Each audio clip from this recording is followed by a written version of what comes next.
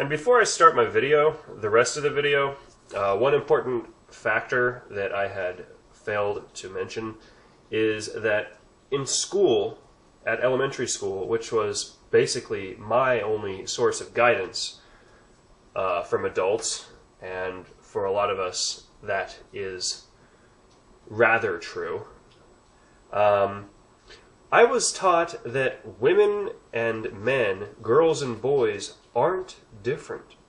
We are the same. We weren't taught how we tend to differ, because I guess teachers could probably get in trouble for that. Teachers are under some gigantic iron fist of don't fuck up or you'll lose your job.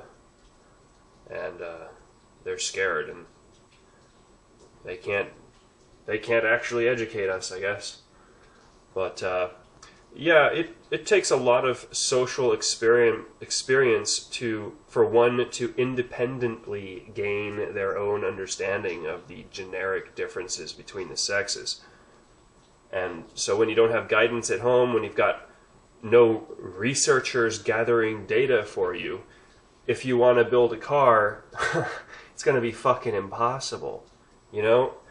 We stand on the shoulders of giants, and in olden days it would be pretty easy to learn about human nature. That stuff's just apparent. But in modern day society, where we've got way too much homework, and we've got suppressed teachers in gigantic classrooms where you can't get attention to yourself, and your parents are both working and busy and don't have time for you, it's going to take a long time to learn about the differences and tendencies of the sexes. And so that's just one very basic initial hurdle that we have to get over. And there's such a learning curve that it's going to be highly likely that we're just not going to travel that path and have to prioritize things like eating, you know, making money, getting toward retirement, you know, trying to find that free time that we so desperately wanted as children but never had. You know, wanting to retire. That's the way for us to get our childhoods back when we're 70 years old, or if we're fortunate enough in our various ways, we might, you know, retire earlier. But anyway, that's that.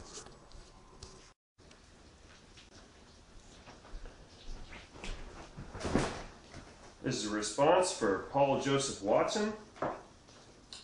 Listening to you off and on for a while, and I've almost always enjoyed the products that you've created, at least videographically.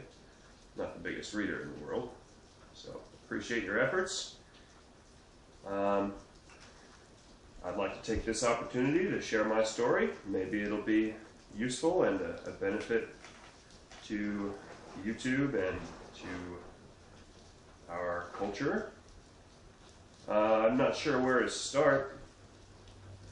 I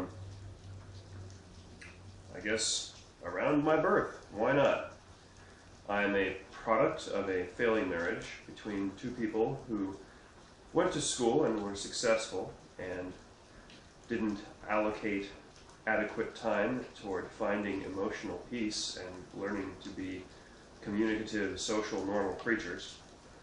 And of course their marriage failed, and given the legal atmosphere that existed, it was a very painful separation filled with baggage left over that was incomplete. I had a mother who was financially quite well off with a degree, bachelor's in geography, and she was having 50-50 custody of myself and my brother, yet receiving payments somewhere around 50% of my father's salary, and my father had a mortgage to pay and $600 per month condo association fees to pay. So, yeah, and it's not like my mother was spending a whole bunch of money on us doing anything, so not sure where that money went, except to get her by day, year after year, for a decade minus 1 year. So my father was very, very angry, and that affected our relationship with our father. And as the younger son, who came from a more troubled time period than the older son, I found myself to be an outcast in the family. And I tended to keep to myself because neither parent had time or energy for me, at least in adequate supply, to get past the difficulties that were true of dealing with a child such as myself at that time. So I pretty much grew up alone and couldn't stand the difficulties of not being understood by my own mother. She didn't even get my jokes, like self-deprecating humor. I'd make jokes like that basically implied, oh yeah, I'm a total piece of shit, and she'd basically say, oh really? So after enough of those, I got discouraged. Anyhow, very, very tumultuous childhood. And my father, I don't know what the fuck he was thinking. The woman he married, total liar. Which is unlike himself. He does not lie. But he's not charming. She can be to him. I guess they fuck all the time. I'm not sure what he gets out of it. But anyway, real shithead bitch of a stepmother. Completely dishonest, low-life bitch. Did you know that school teachers are considered to be amongst the most dishonest professionals out there? Yeah, well, it was a surprise to me at first, but it sure meshes with my limited personal experience. So, didn't learn much about women there. And then, so I was an unhappy camper who biked to school with his books, just getting through day by day, minimally, and not really paying a whole lot of attention to my feelings other than just trying to hold on to whatever peace of mind I could day by day, which was not always successful, but pretty much tuned out of life, tuned out of social environments, did not pursue women, didn't really understand women because I had like no experience with them, and I'm certainly not a woman myself, so I can't just naturally relate to how they are. And was socially awkward, so I didn't really get much exposure that way. I was kind of closing myself off. So, you know, if you're an unhappy enough person who's stressed out and just not happy with life, you're not gonna. And if you're anxious, you're not going to get enough sleep, you know, you're not going to eat properly, and if you're cycling and you're carrying this big-ass backpack full of books around, and you're sitting on your bicycle seat, you're going to have erectile damage. Seriously, it happens. Like, the Long Beach Police Department actually did a study on erectile functionality in their bicycle police department, and that was affected. So anyway, I was literally physically impotent at age 14, and it continued on until age 20 or so. So that kind of was another factor which discouraged me from being part of the dating scene. It was just awkward, and I didn't even want to deal with it. It wasn't even a big factor in my life either at that time, because dating? Nah, it just wasn't an inspirational idea. Did not pursue it. Age 18 or 19 or so, I got a very slacker job at the beach parking kiosks, basically collecting parking fees. And there was some cutie that I worked with, which was an awkward experience, just because feelings of attraction were things I just didn't know what to do with. And so I was, you know, awkward and kept to myself and didn't make much eye contact. And months later, I get fired, and I'm so, at that point, non-vigilant about justice and sticking up for myself. It just was not an inclination. That I didn't, it took me a little while to ask why. I wasn't angry at all. I didn't get angry at that point in my life. That was conditioned out of me very early in life, which I don't think served me because, well, anger serves us to serve ourselves. Sometimes we hurt other people with it, but a lot of the time it helps us. Anyway, so I asked, wait, why am I being fired? For sexual harassment, I believe, some sort of sexual thing. And remember, I can't even get an erection at that point in my life. I cannot physically get an erection at that point in my life. And sexuality, boy, you know, having been somebody whose first sexual experience was that of being threatened at sword point, of stay still, I'm going to rape you, or you will get the sword. It's a genuine steel sword. You know, and previously having been afraid of eye contact and like opening up about like my feelings and like normal things that like friends do, not necessarily talking directly about my feelings, but just like expressing myself, like self-expression and eye contact were like things that I didn't do because they were awkward. So I was already fucked up, and I have this fucked up like sexual introduction, and then I'm impotent, and then I get fired for sexual harassment. Completely implausible. So that is ridiculous. And you know, I don't stick up for myself at that point. I don't think to get upset. And at that point, I'd received so little guidance. I didn't even know about unemployment. Not that I was so foolish that I didn't have savings, because that's ridiculous. But in that circumstance,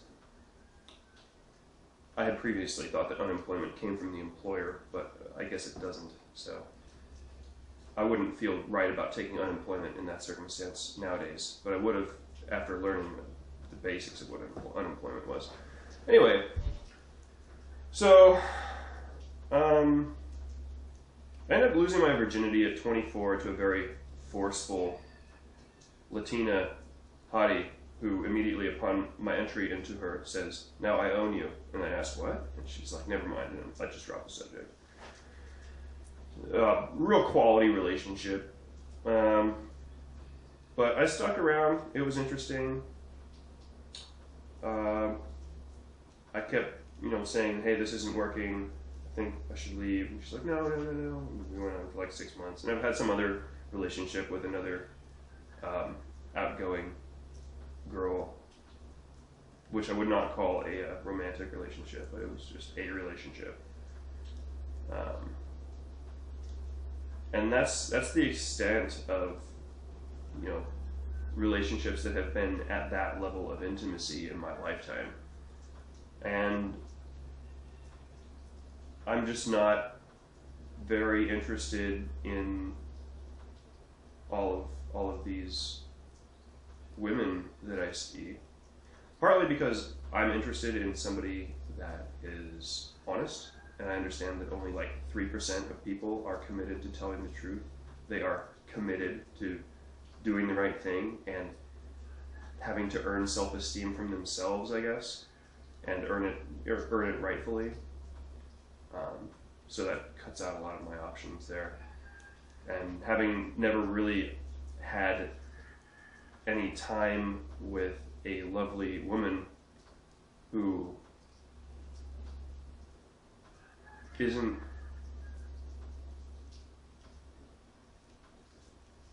trashy, pathetic.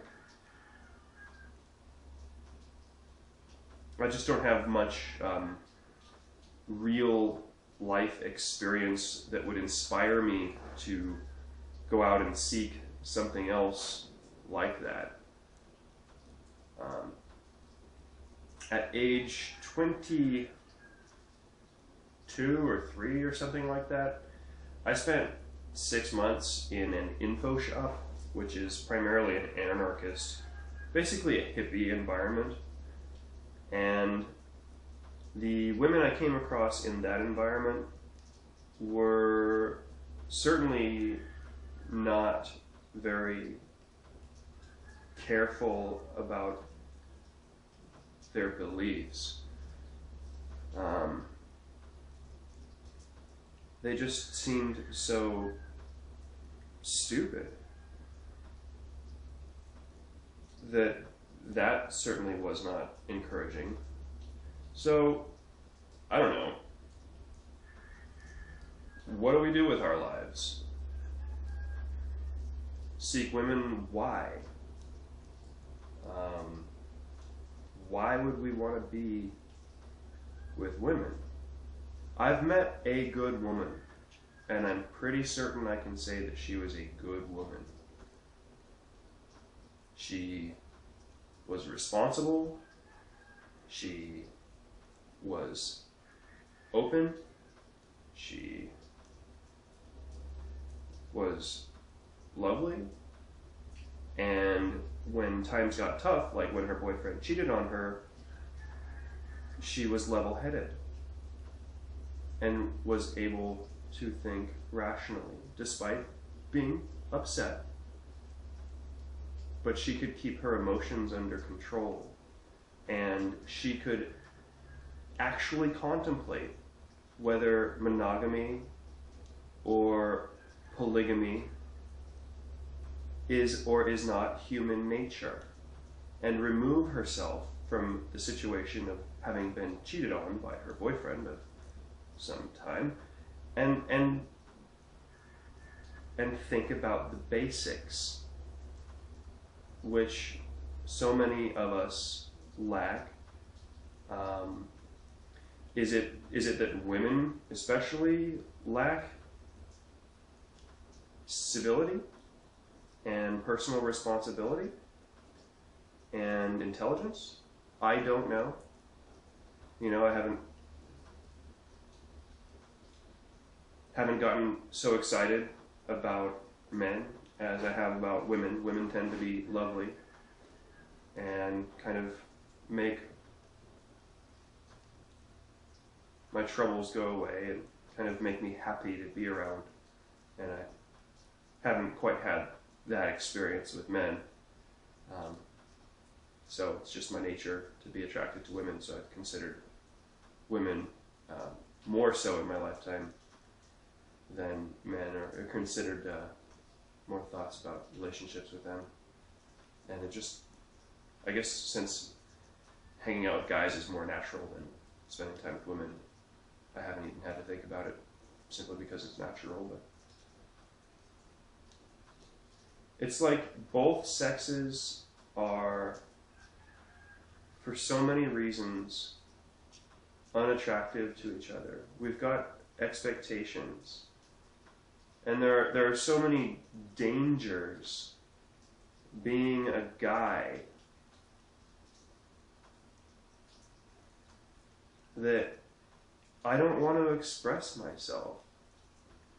I don't want her to scream like, "Oh no, rapist," and have all of these stupid women believe her. Or these stupid guys believe her. You know, I don't want to be that impotent, scared guy who hangs out in the corner of a room afraid to do anything around some woman. I'd rather be in another room. I'd rather be somewhere else than in some dangerous environment where we just can't be ourselves without serious danger.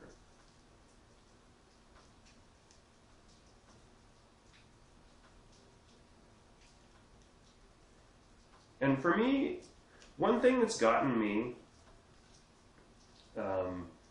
to have little interest in the women I've come across is a lot of them majority of them have been, if not all of them, at least in my circumstance, the vast majority of women in my life experience have had their primary interest in me being of a sexual nature. But am I weird to think that, boy, you know, I would like a relationship that's good with a person that I'm being intimate with? Am I weird to think that physical contact is intimate? Am I weird to want to love someone? Am I weird to really want those feelings to be enduring? Because the way that I've seen the majority of people who've approached me in my lifetime, the majority of women who've approached me in my lifetime, the way that I've seen their priorities has been their priorities being those of a sexual nature and not of a nature that prioritizes finding common ground first.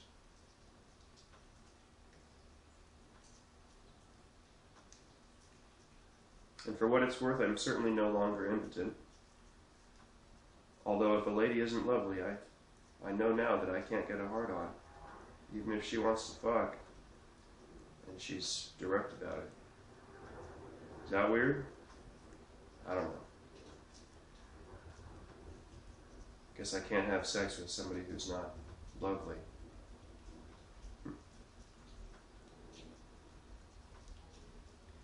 Maybe that's why I'm not gay.